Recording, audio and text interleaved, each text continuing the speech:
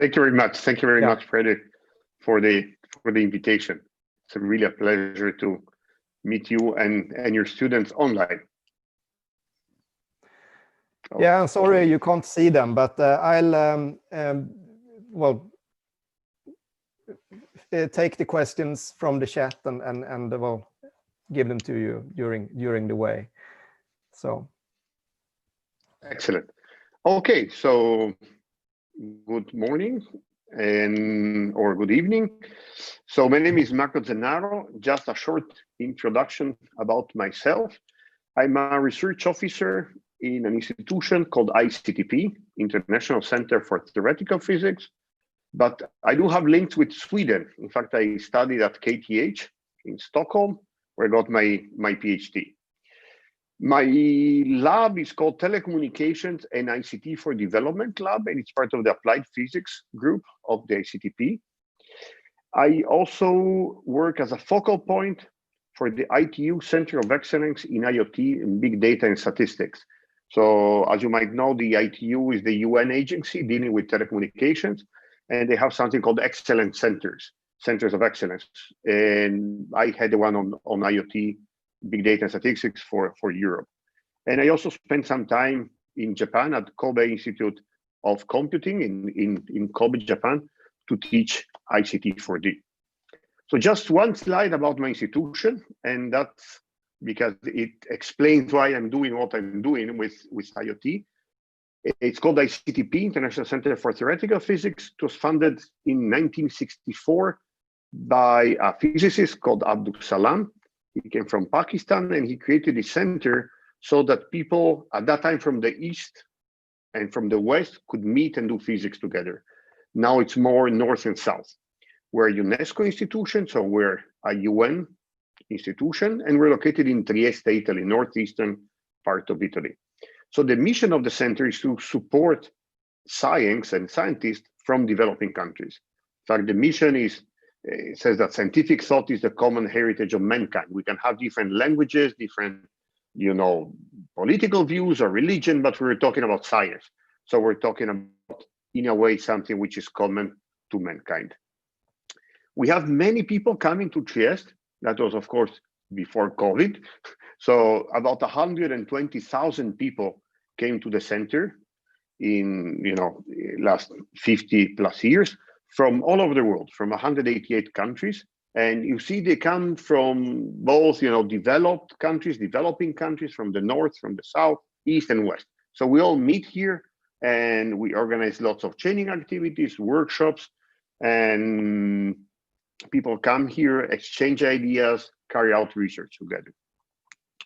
So my group, as I said, is called Telecommunications and ICT for Development. It's a bit special even for academia, because not only we have research and training, but we also have deployment.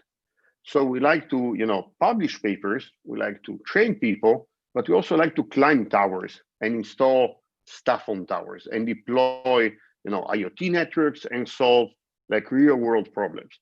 And we believe that these three components kind of work together. So we carry out research on topics that are actually of interest to developing countries, because we test technologies, we use technologies in deployments.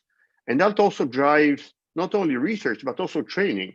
So you know what to train best because you experimented with equipment. And of course, these three components kind of feed one to the other. We all know about IoT and how fast has been this, kind of IoT revolution. This slide comes again from the ITU, and it simply shows not only the numbers, the volume on the y-axis, but also the speed. So the, kind of pink line is what they call Internet of Everything. And you see it, has been extremely quick, and the volumes are extremely big, as you know. So billions of devices in a very short time. And you know that, the physics community has a very keen interest in these kind of technologies. The web started at CERN and was developed by Berners-Lee, which is a physicist. And the whole internet, and connectivity really is grounded in this, scientific community. So why IoT and development? And I think this image is kind of interesting. It comes from a website called thinkful.net, and it shows the number of IoT networks which publish openly data on the internet. So of course, this is not your private IoT network, which you're installing, but if you publish the data openly on the internet, then it would go into this map. This is kind of a search engine for IoT. And as you can immediately see, you see that in the northern part of the world, there's many of these blue dots, and each dot shows, one sensor sending data on the internet. But if you look at the southern part of the world, you see many, less dots. And you will be, noticing that there's dots in the sea as well. Those are buoys, oceanographic buoys that send data about, conditions in the sea temperature, sea currents, and so on. In fact, if you zoom into Europe, you see there's, we're really living in a continent which is full of sensors providing openly data on the internet. And if you look at Sweden, there's many dots. Even in the northern part where there's less population, still you have many of these blue dots. And if you zoom in Africa, more than 1 billion people, there's not that many dots. You see dots in on the western side, in South Africa, on the east, but there's large parts of the continent, which is huge continent, which doesn't have all of these dots. So you may say, what, maybe they're not really interested or they don't really need this technology. Well, but that's not the case. So this is news from 2 years ago, but it is still valid now. It shows that 54% of Africa's weather stations can't capture data properly. So of all the weather stations, half of them don't send data on the internet. And that, of course, is a big issue. We're used to having, very precise weather forecasts because we have many weather stations. But in places where there's less than half of the weather stations don't send data, that is a big issue. Why are the weather stations not sending data? Well, there's many answers to that. One is that they were built for the northern hemisphere and not for the southern one. So they come from, northern engineers and not from African engineers. And that is one issue. Second issue is that they're expensive. So when they need maintenance, that is a very expensive exercise. And third one is that the communication is very expensive. So to send data from a weather station to the internet requires either a SIM card or some other form of communication, and that is expensive. So you will see, possible solutions in following slides. But if you look at, how, IoT is used in remote places, was a news from Nature, I believe last year, it says that Antarctic seals have IoT devices. You see this seal having a, IoT node glued to the head. I don't know if that is ethical or not, but, we're measuring stuff from seals in the Antarctic, and we have continents with 1 billion people that don't have enough data. Again, what about this data? So why do we need it? And I think it's useful to introduce these SDGs. I'm sure you heard about the Sustainable Development Goals that was developed by the UN. There's 17 of them, going from poverty to hunger to gender equality to pollution, climate, and so on. And there has been exercises when people have been thinking, can we use this IoT to tackle some of the development goals? For example, SDG 2, zero hunger. So there is almost 1 billion people that don't have food. That was in 2017, and we're going to need food to feed 9 billion people in 2050. So these IoT devices can be used to optimize food production, to get more crops. So it actually can help in SDG 2. SDG 3, good health and well-being. We have diseases. So can we use these IoT devices, which are cheap and which are small, to understand where you have an outbreak of malaria, for example? Sustainable cities. More and more people are moving from the countryside to cities. So IoT is useful in that case. we can, optimize the way city works. And so people live in cities in a, better condition. Climate, of course, to measure, pollution, to measure gases, to measure temperature, weather, and so on. So actually, IoT can really be useful for these SDGs. Then if you go back to academia, there is one academic field which is called ICT for development. Actually, there's master courses, PhD courses, journals, conferences on how you can use ICT for development. And this field, really values very much a paper which was published 15 years ago, but is still very valid. It's called The Case for Technology in Developing Regions. It was written by Professor Brewer from Berkeley University. And what they did, they analyzed hundreds of ICT projects where people use, computers, telecenters, satellite, mobile phones in developing regions. And they found out that there's 4 technological requirements for an ICT project to be successful in a developing country. So one is connectivity. You should actually be autonomous in terms of connectivity. So if you rely on a SIM card, that's fine.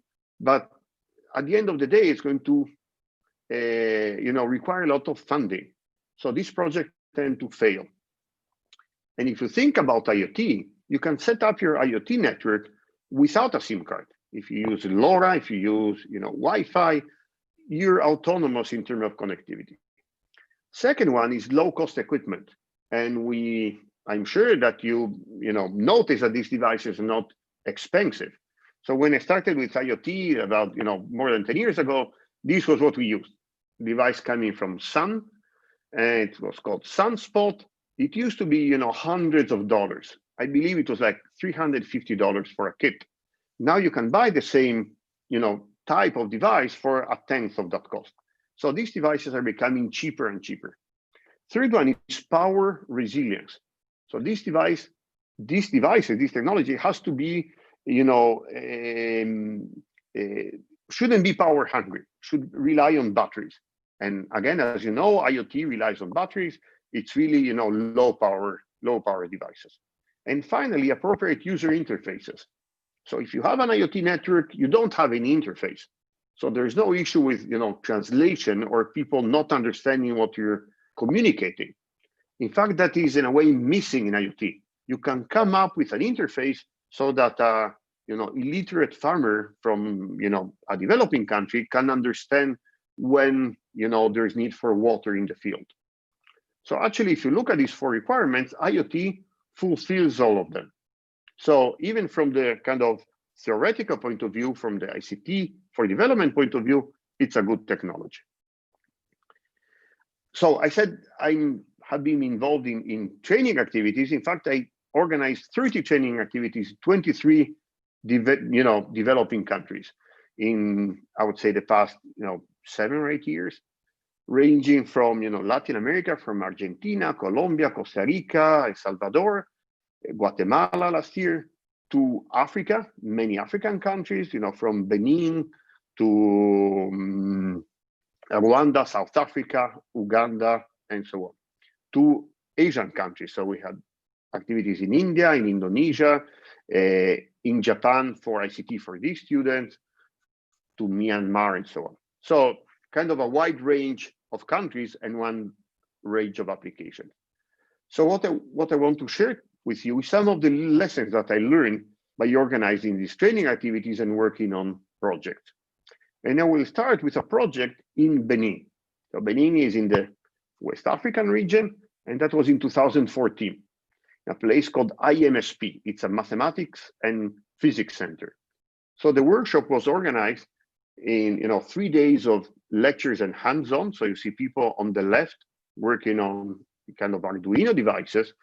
And then the last 2 or 3 days were about developing an application, something that people would be interested in. And in fact, that's the main, I'd say, focus. So finding, an application that people really care about.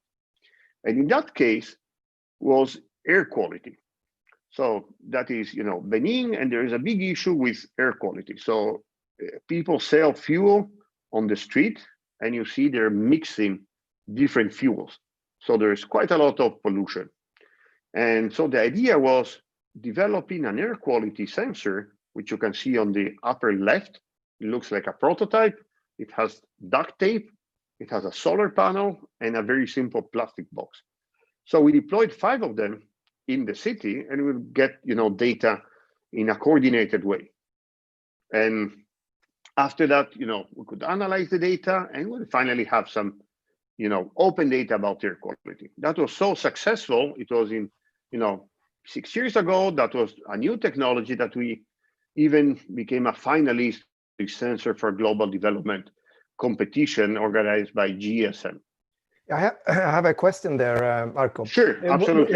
This sensor, how much did it cost, and what sensors did you use in this air quality in Benin? At that time, it was PM 2.5. Again, it was 6 years ago, so it was quite some time ago. And the cost was not much. I would say about $20 for the sensor itself. Yeah. So what did we learn from that? So one of the issues was connectivity. So we wanted to measure air quality in places that had no 3G coverage. So even if you have a SIM card, even if you want to spend money in connectivity, not everywhere you have 3G. So we had to rely on SMS. So we would send an SMS message every 20 minutes or so to a central gateway that would gather the SMSs, read the data, and put that information in a database. There is no available SMS gateway that does that on the market. So we had to come up with our own solution using a Linux box and a small dongle to gather these SMSs. Second and third one were the most interesting one and had to do with data privacy or openness. So when you gather data about a community or about a city, like in this case, can you put that data on the internet openly? So the answer would be yes, of course. We want to be open, we want to publish data, but still, people have the right to decide not to publish that data. If you own a house in a neighborhood which is extremely polluted, the price of your house will drop. So you'd not be very happy about having this data openly on the internet. So you have to keep these final users, the government or the final users, in the loop. So I learned that from this specific example. Things have changed quite a lot now. I just checked this today, and it comes from a website called sensors.africa, and they have dozens of sensors in different African cities. This is Nairobi, Kenya. So you have real-time data. It shows you in a very nice and visual way the pollution. So it says 54% below the safe level. They have a number of sensors in the city, so you have kind of real-time information about pollution, PM 2.5, humidity, and temperature. So this is to say that things have evolved in the last years quite a lot. Second example, going from Benin, going to Bangkok. This is a place called Asian Institute of Technology. So you see, same kind of environment, people getting super excited about IoT. The guy on the left looks really happy. And again, first days, building devices, learning about IoT, exactly like what you're doing right now. The application they had in mind was about fish farming. So that's a big business in many countries, in Thailand specifically. And the idea is you have a kind of a pool and you grow fish. And what you want to know is how many fishes you're going to have at the end of the season. So to do that, you need to measure, water temperature, turbidity, oxygen, and then you kind of model and you see, okay, if I don't have enough oxygen, all my fishes are going to die. And at the same time, if the temperature is fine and oxygen is fine, then at the end of the year, I'm going to have, all the fishes are going to grow. So in that case, you see we're installing some devices in the water. And that actually is a lesson learned. Number two, sensors need maintenance. So some of these sensors need to be, removed from the water, cleaned, recalibrated every couple of weeks, and then you place them in the water again. So you need to have human intervention. You have to pay someone to do that. And you have to make sure that he's going to do that in a regular way. So not all the sensors are the same. If you're measuring temperature and humidity, easy. If you want to measure turbidity in the water, not that easy. Second one is that we were in a campus. So we used Wi-Fi. Wonderful, very cheap. You can send data very often, but how do you plan ahead? So what happens if you want to add more of these, fish farming places? You don't have Wi-Fi. So you need to plan every single deployment in a different way. So Wi-Fi is a good solution, but it doesn't really scale up if you don't have coverage. In fact, that's number 3. Third example, we're going back to Africa. This is Rwanda. I would say it's the most successful one we had. Again, people very much excited. The press was interested. This IoT, it's a new technology in 2016. And the application they had in mind, as you will see in a second, is about tea. Rwanda is a special place because 4G, it's a very small country. So you do have 4G all over the place. Or even if you go in remote places in Rwanda, you will get a very strong 4G signal. So connectivity is not the issue in that case. I was saying that they were interested about tea, and this had to do with tea factories. So they have about 15 tea factories in Rwanda, but the automation is not very advanced. So you see on the bottom left, there is a fan, and the fan is blowing some humidity, some water on the tea. And that humidity has to be very precisely measured to produce high-level tea. So if you produce, good tea, you can sell it for a high price. If you sell, low-quality tea, which was not processed in the proper way, it's very cheap. So the difference is about 10 times. So you actually want to measure really, produce really high-quality tea. But the guy on the right, on the same picture on the bottom left, the guy on the right, you see he's measuring humidity with a manual device. And he's doing that every hour. While the guy on the left has this IoT device, which can measure the same humidity and temperature every 30 seconds. So, and it's a very cheap device. So everyone was very excited. So connectivity was not an issue. The business model is a very strong driver. So if this device is, $20, but I can make $100,000 out of, high quality tea, of course, it makes sense to invest in this IoT technology. So business model is a strong driver. And third one, again, had to do with data ownership. So people said, yeah, that's fine. Now you're gathering this data. Are you sending this data on a server which is hosted in the US, in Europe, in China? Where is the data stored? And if you're talking about business, you actually want the data to be stored in your country. So your rules apply. That was so successful that the same University of Rwanda applied to the World Bank to become Center of Excellence in IoT. And in fact, they won a big grant, and now they have PhD students, they have master students. So that was a very successful workshop. Next one, again, in Africa, it's in Ethiopia, University of Addis Ababa. The application they had in mind had to do with traffic, car monitoring. So understanding how many cars you have in a specific road. But in that case, connectivity was an issue. So we would send data at that time using TTN, as you have used in your course, but there is no TTN server on the African continent. So you're actually sending the data to Europe. And if connectivity is not good, that is an issue. So you're not autonomous anymore. As we said, that being autonomous in terms of connectivity is key. Second one is type approval. So if you have to, deploy these devices in a specific country, these devices need to be type approved. So in Europe, we have the European certification. So when we buy something from the UK, from Germany, from Sweden, you have this CE label, and you can use it all over Europe. But in many countries, that's not the case. So these devices need to be type approved in the specific country.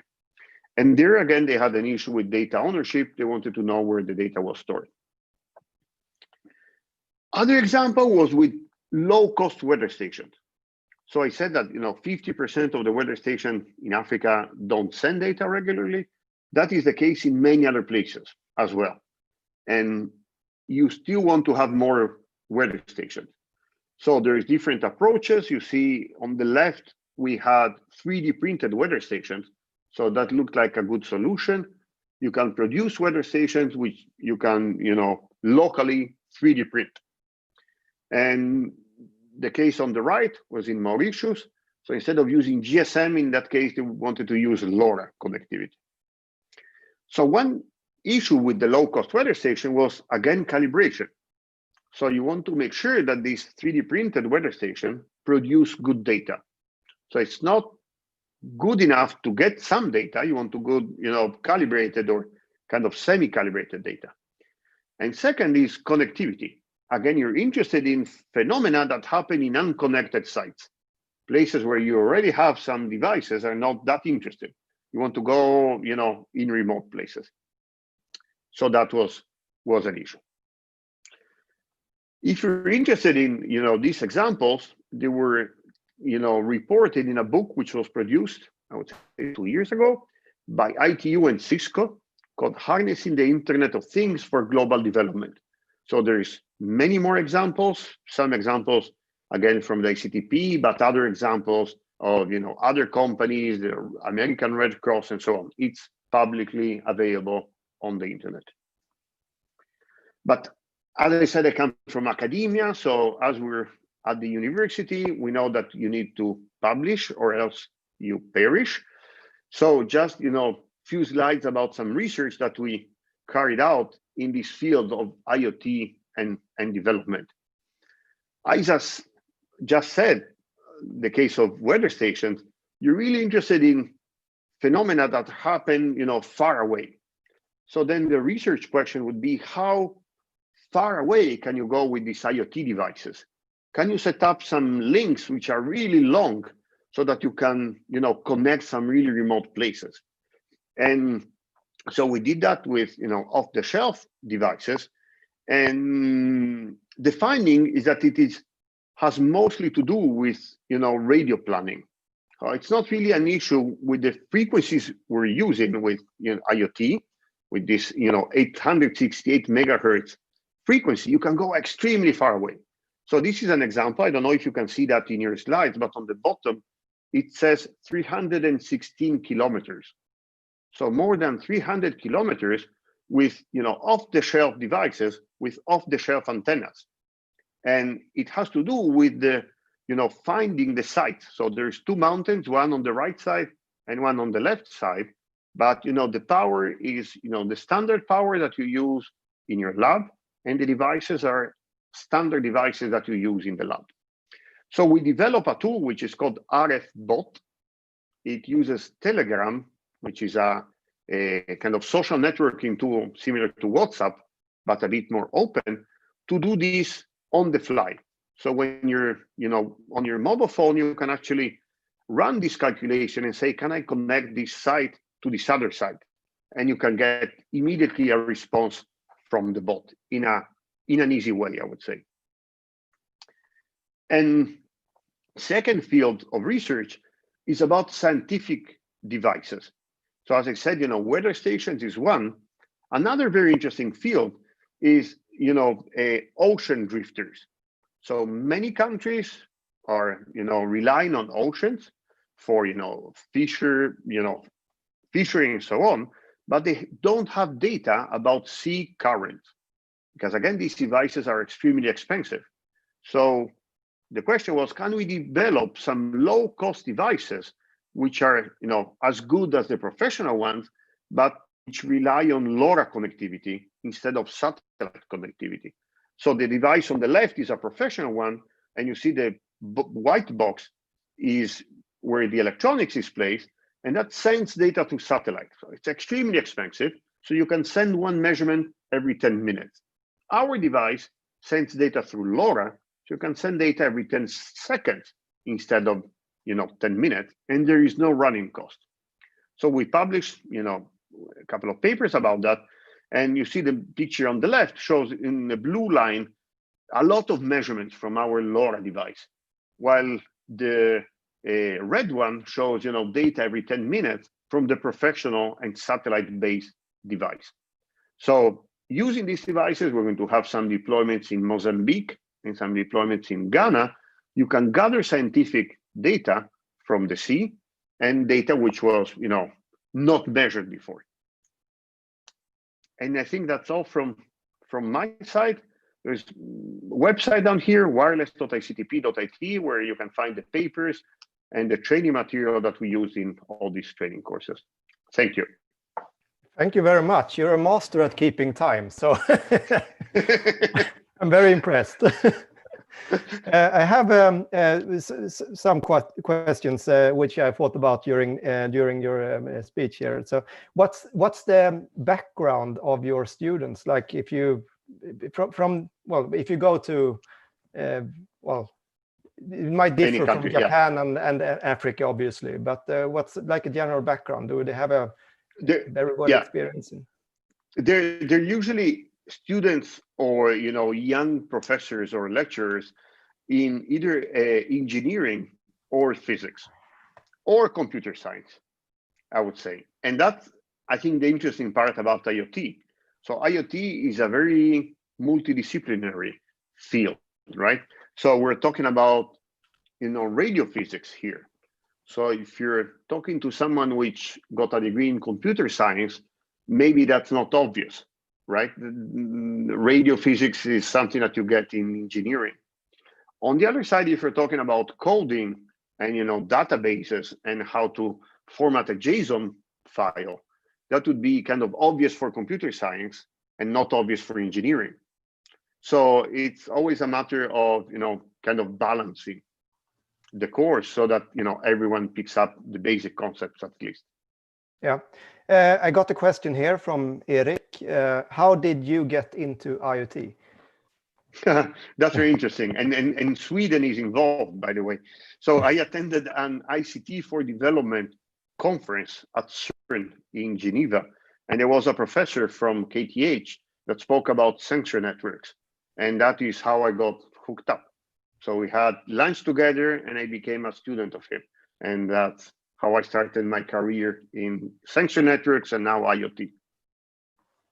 Oh, okay, good story. And I just noticed that in all your pictures, when people are involved in these IoT courses, and you had one guy standing there with some antenna and looking very happy. So, and I mean, it's very fun, and I have, like, even though I haven't seen my students, I guess that they are having fun. That's at least what I want them to do. So, yeah, I think it's quite amazing because it creates a link between the physical world and the internet. So you actually get data from the environment, or you blink a light, or you get a temperature value, or a movement or something, and you get that information in a data which is on the internet. And I think that's quite amazing. Yeah, it really is. Also, a question about the quality of sensors. When you build cheap sensors, let's say in all these projects you've talked about, I know we're talking about the actual sensor. Do you use as cheap as possible sensors off the shelf, but you can find on AliExpress, Banggood, or whatever, or do you go to the industrial sensors? It really depends on the application and on the project. So as you have seen, these are mostly like training activities in which, in a way, you plant a seed. So you show people what you can do with IoT. Then if the field is interested and if they want to scale it up, they will find a solution. That's the whole idea of how ICTP works, in fact. So we're not kind of an NGO that goes and deploys sensors in the field, but we want people to understand how they work and then find their own solution. And we have cases. So we have many cases where people learn from us about IoT, and then they pick that up, and they either set up their company, or they start to doing research in IoT. Yeah, and that leads us into another question from Andreas here, is that are how many or are the projects continued after this initial startup phase? Yes. In many cases they did. So in many cases we give the course, and then it's either professors that pick up this idea and then they teach IoT because it's a new topic, and so they start buying devices and setting up a lab, or students that pick up the idea and they want to do their master thesis. So last year we had a course again in Benin, and there were two master students that used that course ideas to come up with ideas for their thesis. So one guy, just as an example, he came up with this idea of using these IoT devices to measure connectivity to the internet. So they have a big campus, and he has this node which pings through Wi-Fi. So it connects to Wi-Fi, pings the internet. If there is no connectivity, using a secondary connection on LoRa, he lets the computer department people know that there's an issue with that specific access point, or there is no connectivity. So they learn about IoT, and then they come up with ideas. But there's many other cases. So there's one student from Rwanda had an idea of using mobile phones to take a picture of plants and correlate information from the picture to information from the sensors. So he came up with a machine learning tool to understand where plants are sick or they need more water.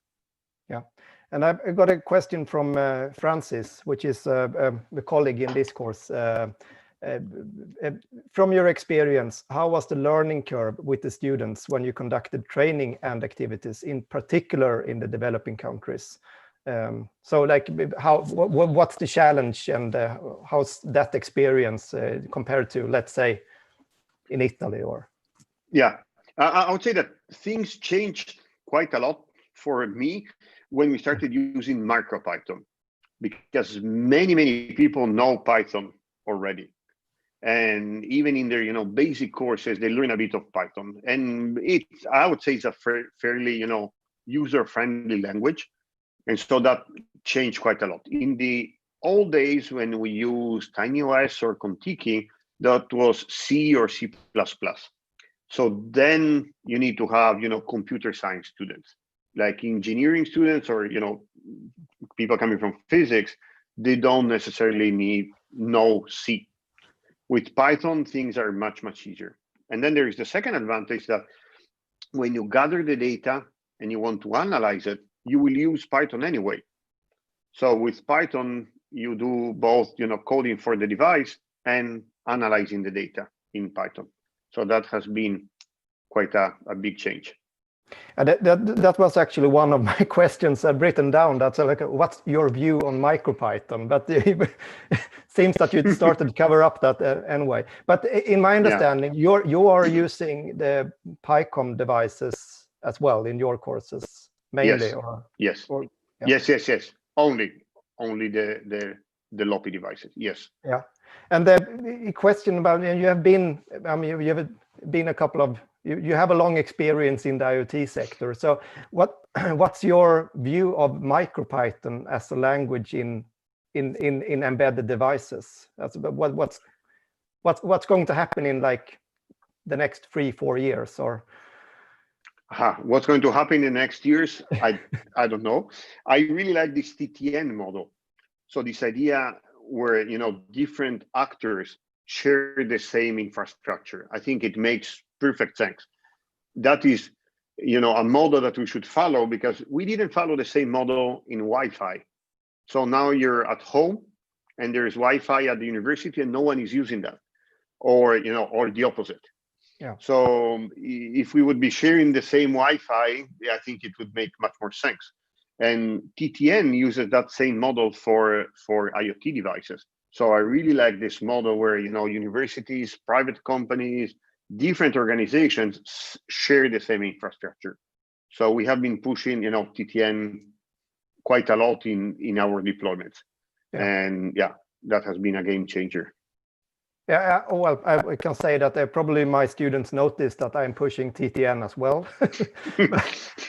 But a question about the TTN and reliability. So what's your experience on how reliable can you rely on this for? And well, development is one thing, but let's say if you have a business application, could you rely on TTN, like the open TTN?